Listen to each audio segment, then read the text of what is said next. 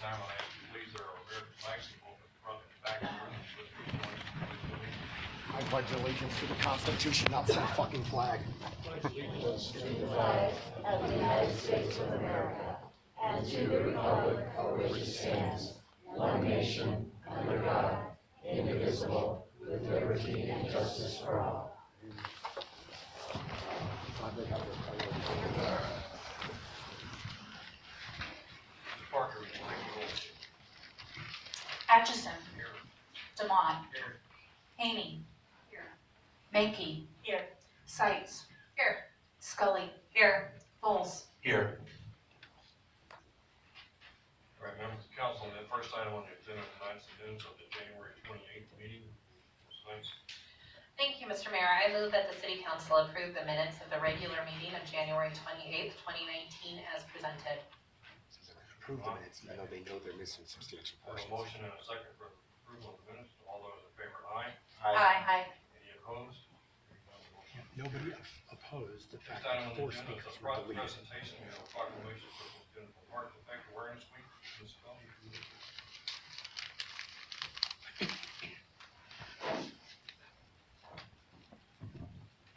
I think Young Westminster's got congenital heart awareness because they don't have any police murder awareness.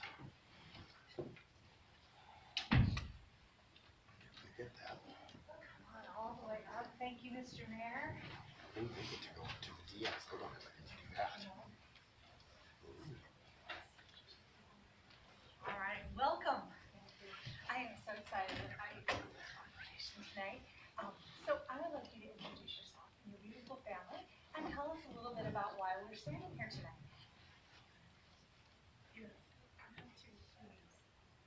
Hi, this is my wife Jessica. My name is Jean. This is Taylor, and this is Peter. We are the Joan family, and we are here for the Club Proclamation for Congenital Heart Defect Awareness. You'll notice we're all wearing red in honor of this event as well. So this is very exciting. I'm going to read a little bit about congenital heart disease or defects. I'm sorry. And I get nervous. So I'm going to read just a little bit. So this is called congenital heart defects, CHD. CHD are the most common birth defects in the United States, affecting approximately 1 in every 110, about 40,000 babies each year. For many forms of CHD, surgery is not a cure. Congenital heart disease is a lifelong condition requiring specialized care, and often additional surgeries and medications are needed later in life. Congenital Heart Defect Awareness Week is recognized as a means to support and empower families affected by CHDs through peer-to-peer support, education, awareness, and advocacy. CHD does not only happen in the hospital or in the doctor's office. It is a lifelong chronic condition. Recognizing Congenital Heart Defect Awareness Week supports the city's strategic plan of vibrant, inclusive, and engaged community by encouraging residents to increase awareness and support for those affected by CHDs. Would you like to tell us a little bit about your story?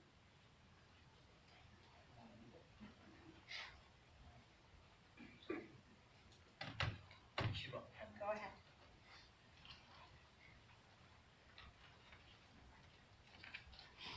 This is something my wife wrote for everybody here, and she's having a hard time reading it to you guys. My daughter, Haley, was diagnosed with a potential congenital heart defect, CHD, when I was 5 months pregnant. My wife, not me. In order to receive a more accurate diagnosis, we had to go to Hawaii from Guam, and that is where we received the devastating news that our daughter had an even tougher journey in front of her. The initial diagnosis was wrong, and in the fact she only had half a heart. She was diagnosed with hypoplastic left heart syndrome, HLHS. We were given a choice to terminate the pregnancy or fight.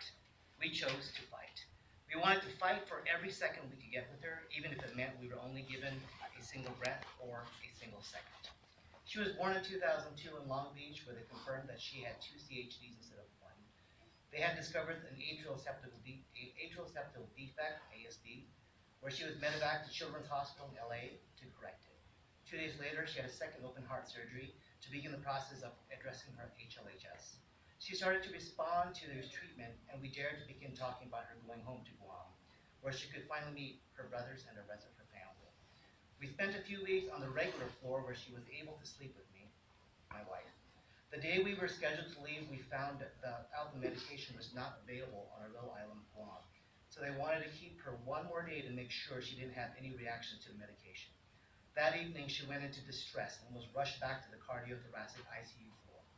There they found scar tissue that built up around her aorta and was compressing around her pulmonary vein, making it difficult for her to breathe. They again put her on the respiratory machine.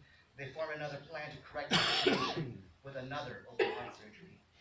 The next 3 days were very different from any of her days before. She slept and she didn't need a lot of pain medication or even Tylenol. The day of her surgery, she coded on the table and they came to me to tell me their faces had so much more than a word I could hear. She passed away later that evening at the age of 2 months and 16 days. Years later, in 2011, I passed out, my wife passed out, suddenly and blew it off as an exhaustion episode, only to find out a month later after a few tests that I, too, had an atrial septal defect like my daughter.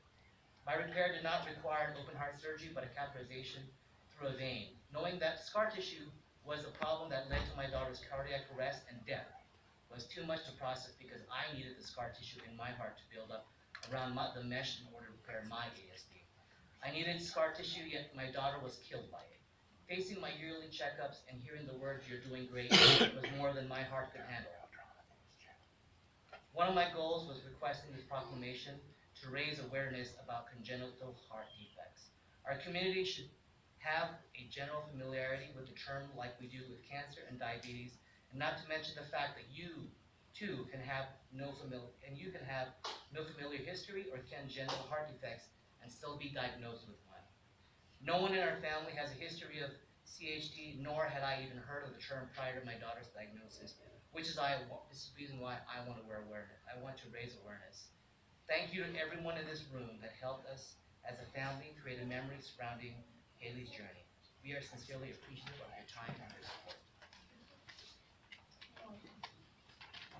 So February is Heart Awareness Month as well. So this is a really appropriate proclamation for this time. And I would ask everyone to really take some time this month, take care of yourself first. Go have your heart checked out, and then also do some reading on it. Find out what you can do to help, because our hearts are the most important part of us. Okay? Proclamation. Whereas the well-being of our children, our most precious resource, is of paramount importance, in maintaining excellent health among children is a top priority. And whereas congenital heart defects, CHDs, are the most frequently occurring birth defect and are the leading cause of birth-related deaths in the U.S. And whereas approximately 40,000 infants each year are born with CHDs, and they can be fatal due to their seriousness, insufficient effective medical intervention options, and the limited availability of infant donor hearts. And whereas the origins and symptoms of CHDs are becoming more readily identifiable, and the range of surgical options are expanding continuously thanks to doctors and scientists' diligent work, research efforts, and field of experiences that extend our body of knowledge every day. And whereas there is much to learn about the causes of and effective treatments for CHDs, and it is important for parents, pediatricians, and nurses to recognize the warning signs associated with CHDs among newborns so that they may provide proper treatment as early as possible. And whereas many families and communities are directly or indirectly affected by infant illness and death caused by CHDs, and sharing experiences and information with the public and media raises public awareness about CHDs. Now therefore, I, Herb Atchison, Mayor of City of Westminster, on behalf of the entire City Council and staff, do hereby proclaim February 7th through February 14th, 2019 as Congenital Heart Defect Awareness Week, and encourage residents to join in the campaign to increase awareness of this serious health matter in an effort to improve early diagnosis, better outcomes for our youngest residents.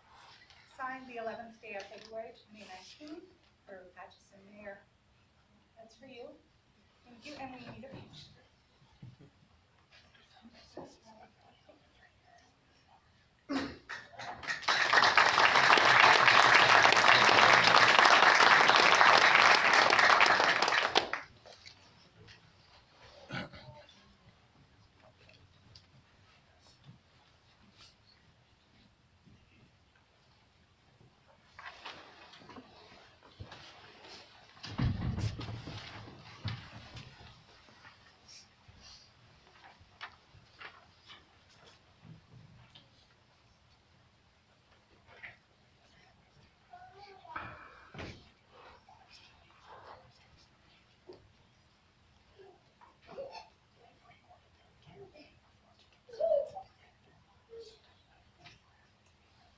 Next item on our agenda is an item called citizen communications. A period of time where each individual who has signed up can come forward for a period of up to 5 minutes. 5-minute period of time. Once you're up there and identify yourself, we will start the clock. When the green light comes on, your 5 minutes starts. When the yellow light comes on, again, it'll remind you you have 1 minute left. When the red light comes on, it time's up. This is a period of time where you can bring up any item that we do not have a public hearing scheduled for. Since we have none tonight, you're open to the public. I will call you in the order that you're signed up and ask you to come forward at that time. Mr. Brandt, you're up first.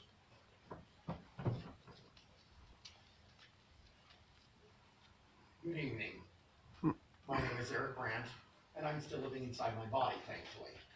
Unfortunately, Timmy Henley's no longer living inside his body, and that's kind of your fault. So there's a couple things that I want to point out from the very beginning. First of all, not all of you were here at the very beginning, so you may not know the whole story. You may think you know the story, but you don't. And what you did this evening, Ms. Seitz asked for a motion to approve the meeting minutes. Now, the meeting minutes I read online, interestingly enough, do not contain the comments of 4 speakers. And isn't it interesting that the only comments that were in the minutes that you guys all approved tonight were comments that were made by people that weren't here to support Eric Brandt? You should be ashamed of yourselves. But I know you're not. Right? I know you're not because this guy has spent 5 years in court with me and he still doesn't get it. And of course David DeMott has stood up here and said, "Oh, please, I don't want you to be held hostage by certain people in our community." And of course I'm talking about Eric Brandt. Right? But you guys held me hostage. You guys actually committed 27 documented acts of violence against Eric Brandt. Those are acts of violence, right? When people throw me to the ground, slam my head into a car door, arrest me over and over again, like that murderer sitting right there. I'm talking about Drew Smith. What about Antonio Guzman, a 2-time murderer? With a corrupt dad as a cop. So here tonight, the other thing we're going to talk about is we're going to talk about Timmy Henley. I've read a lot of district attorney reports on police misconduct and police shootings. And guess what? I'm going to tell you from the language of David Young's report alone. Not language alone. That district attorney wanted to prosecute your cops for wrongful death. You don't accidentally shoot somebody in the back of the neck while they're on the ground. What about the missing shell casings? Here's what his report said. Based on the evidence that was presented to the district attorney's office, you could not fucking pay attention to me when I'm talking, right? This is your time to listen to me. You don't have to listen to me any of the rest of the time of the week, right? Pay attention. Ms. Seitz pays attention when I'm talking. And I think that you should too. After 5 years, I think we know that you need to fucking pay attention. So stop interrupting my speech and being stupid. Thank you. So, in Timmy Henley's case, he immediately turns, let the record show that he immediately turned his head away from him. That's hysterical. In Timmy Henley's case, he said that there was not enough evidence presented to sustain a conviction beyond a reasonable doubt. We have more than enough evidence to sustain that her batch is in. He's still not going to pay attention. We got that, right? Yeah. You just keep digging your hole, don't you? Unbelievable. Unbelievable. So, in Timmy Henley's case, you didn't have enough evidence to support a conviction. Well, the reason why there wasn't enough evidence, you guys, is because you guys gave them the evidence. So that's what I'm here to tell you about tonight. Tonight, I demand justice for Timmy Henley. I demand justice for Nick Damon. I demand justice for a whole lot of people that died on your watch. Okay? You don't need to be spending $1 million on tasers. If you think tasers don't kill people, take a look at Matthew Poore. Murdered by a taser. By a bad cop. Cops that I've been trying to get out of the system. You've got them here in Westminster. You've got them in this room. Tonight. There's this one person in this room that is more responsible for my protesting work than any other person in the entire city of Westminster, except maybe you. And so, I'm here to tell you tonight that you're going to spend money on body cameras. Not tasers, body cameras. And I know that you're going to spend the money on body cameras Because you sure as fuck don't want to wait until I'm the mayor to do it. Yeah, no, I can see you giggling. I know your facial expressions well, Herb, you're giggling. So, justice for Timmy Henley, justice for Eric Brandt, justice for Nick Damon, justice for your employers, right? These people employ you. They employ you, and you guys in the wings. How about justice for that poor woman that your cop raped? I knew he was a dirty cop from the first day. Justice for all those people means you're getting body cameras. And I'm gonna make you do it. Happy fuck the cops day, Herb. I'm back. My door. Sorry.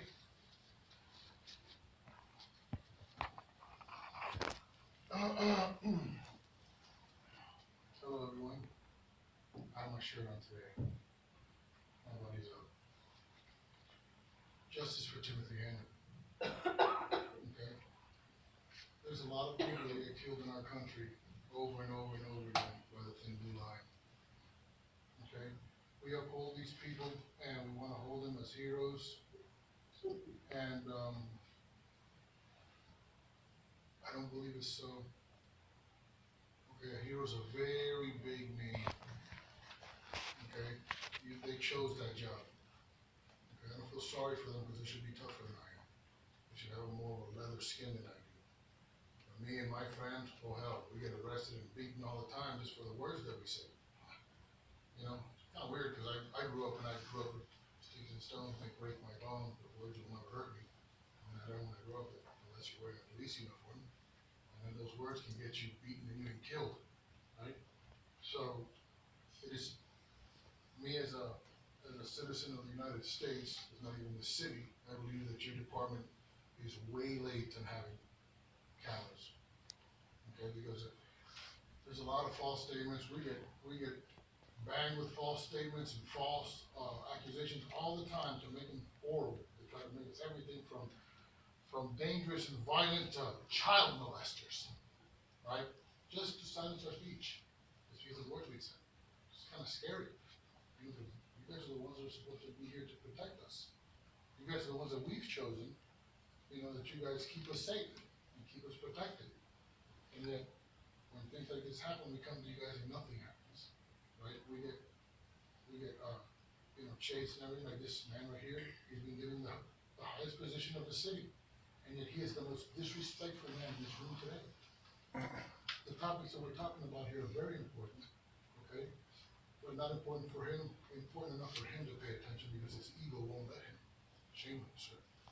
It's embarrassing. You are before the people that give you the position that you have, that you enjoy. Great cupcakes out there. You guys didn't spare a dime on those. Those are awesome. Thank you. You know, but it's not the way it should be. Okay, we need a little bit more transparency from our government. Okay, we need justice for Timothy Henley and the other names that were mentioned here also. We need those body cameras, and we just need more accountability. We need more of you guys to stand up and say, you know what, that is wrong. You know, and I believe that the fact that I say that it's wrong is more important than my position or my job. You know, because we've lost things called integrity, right? Things that we stood up for, regardless of what the outcome was, but we stood up because it was true, because it was right. Whatever happened to that, Earl? Sir, you're older than I am, I'm sure. And I know that those kind of qualities were ingrained in you as a child. What happened to you, Earl? Did it change with the age also? We're supposed to be the leaders. We're supposed to be the examples to the youth. Start being that, huh? I'm doing it, nobody pays me for it. You get paid a lot of money to do it. Get on it. Let's get some cameras up in here. Make these guys accountable. 9 days for rape. Nowhere to go. You know what I'm saying? I've never done this before. But it's just so atrocious. I've come out here and I'm not a man of words. I'm not a smart man. I'm not a does this, not a speaker. You know? It's just that I feel these things are so atrocious and no one's doing it. It's happening to me in other cities and everything. No one's doing anything. Nobody cares. I came here and my words last time, which hit and resonated so hard, were erased from the minutes. Disgusting. Why is my speech not in there? Why is the speech of Ms. Janet Madison not in there? Why is the speech of the silent citizen not in there? Why is the speech of Ms. Angela not in there? Again, the words are not liked. Man, really? You know, did you guys know that all of this that goes on stays on paper forever? Right? That means that you are a part of the atrocity. Right? Where's the honor in that? You know, there's more honor in one of you standing up and saying, this is wrong, this is the way it's gonna be, and then you get shit canned, right? Because you stood up, right? And you were the whistleblower. That person, you know, is the one that matters. You know, it's the Snowdens that matter. It's not the ones that bury you. It's the one that say, no, this isn't right. These are my people because it is we the people. This is my beautiful, beloved country. We stand up here and do this. I pledge allegiance. How beautiful that is. Can we do it for real though? Can we really stand up for the principles of that flag? Sorry, your time is up, sir. Thank you for letting me share my time with you guys. And I appreciate you guys for listening to me. Actually, listen. I appreciate you. Ms. Greenville.